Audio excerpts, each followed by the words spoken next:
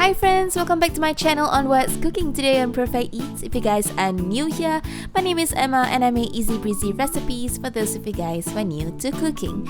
So today we're gonna make a very quick and easy Hoon sliced fish soup. Let's get started.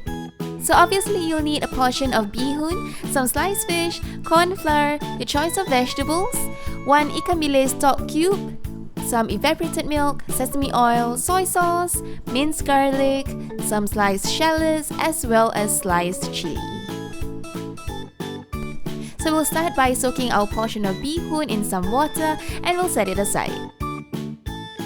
And we'll move on to our sliced fish by marinating it with 1 tablespoon of cornstarch, 1 tablespoon of soy sauce, as well as 1 tablespoon of sesame oil, and just coat it evenly and we'll leave it for later. So moving on to our pot that's already been heated, we're gonna drizzle some oil and throw in all of our sliced ingredients such as shallots, garlic, as well as chili. Once you start to see that your shallots turn a little translucent, you can add in some water. I've added about half a cup of water into the pot right here, and we're gonna allow it to simmer and boil for a while. Pour in your ikan billis stock cube and give it a couple of stirs just to make sure that there's no lumps that's going to be in our soup. At this point of time, you can start adding in your choice of vegetables into the soup.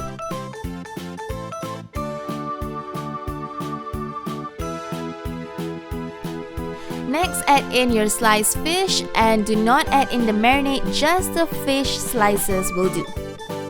Once your soup is simmering and you see that your fish slices are almost cooked, you can slowly start adding in evaporated milk into the soup. Last but not least, to top it off, we will add in a couple of dashes of sesame oil and we're finished.